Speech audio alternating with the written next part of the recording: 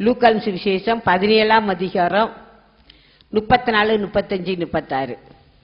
அந்த ராத்திரியில் ஒரே படுக்கையில் படுத்திருக்கிற இரண்டு பேரில் ஒருவன் ஏற்றுக்கொள்ளப்படுவான், மற்றவன் கைவிடப்படுவான். திரிகை திரிகிற இரண்டு ஸ்திரீகளில்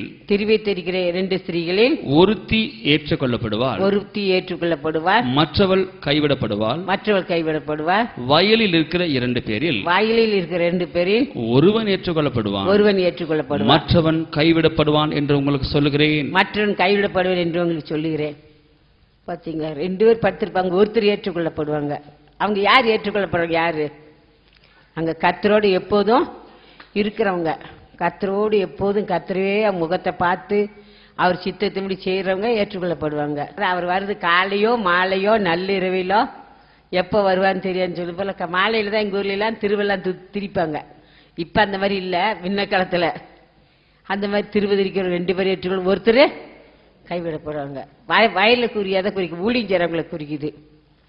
வயலில் இருக்கிறவங்க, ஊழியத்தில் இருக்கிறவங்க கூட ரெண்டு பேர் இருப்பாங்க. ஒருத்தர் ஏற்றுக்கொள்ளப்படுவாங்க, ஒருத்தர் கைவிடப்படுவாங்க. யார் கைவிடப்படுவார், யார் ஏற்றுக்கொள்வார்? பாருங்க, சங்கீத புஸ்தகம் 73ஆம் அதிகாரம் 23ஆம் வசனம், 24வது வசனம். ஆனாலும் நான் எப்பொழுதும் உம்மோடு இருக்கிறேன். பாத்தீங்களா, அது சொல்றாரு, நான் எப்பொழுதும் உங்களோடு இருக்கிறேன். என் வலது கையை பிடித்து தாங்குகிறீர். ஆண்டவரோடு இருக்கும்போது ஆண்டவர் வலது கரத்தை பிடித்து தாங்குகிறீர், நீர் என் வலது கரத்தை பிடித்து தாங்குகிறீர். உம்முடைய ஆலோசனையின்படி நீர் என்னை நடத்தி. பாத்தீங்களா, கர்த்தருடைய ஒவ்வொரு நாள் நம்ம கொடுக்கிற ஆலோசனைப்படி நீர் நடத்தி, என்னெல்லாம் சொல்றாரோ அதெல்லாம் அதான் ஆலோசனைப்படி நீ நடத்தி முடிவிலே என்னை மகிமையில் ஏற்றுக்கொள்வீர். முடிவில் எங்கே ஏற்றுக்கொள்றாரு? மகிமையில் ஏற்றுக்கொள்வார். நம்ம எப்போதும் அவரோடு இருக்க கற்றுக்கொள்ள வேண்டும்.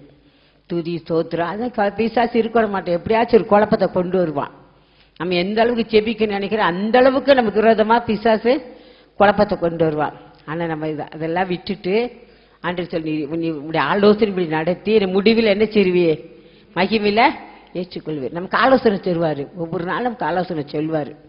நம்ம கர்த்தரை விட்டு பின்வாங்கினாலும் சோர்ந்து போனாலும் கர்த்தர் நம்ம குழம்பினாலும் தேவன் நமக்கு ஆலோசனை தந்துதான் நடத்துறாரு.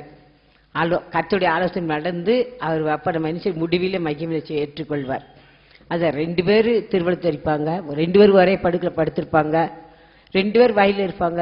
ஒருத்தர் ஏற்றுக்கொள்ள போய் யாரு?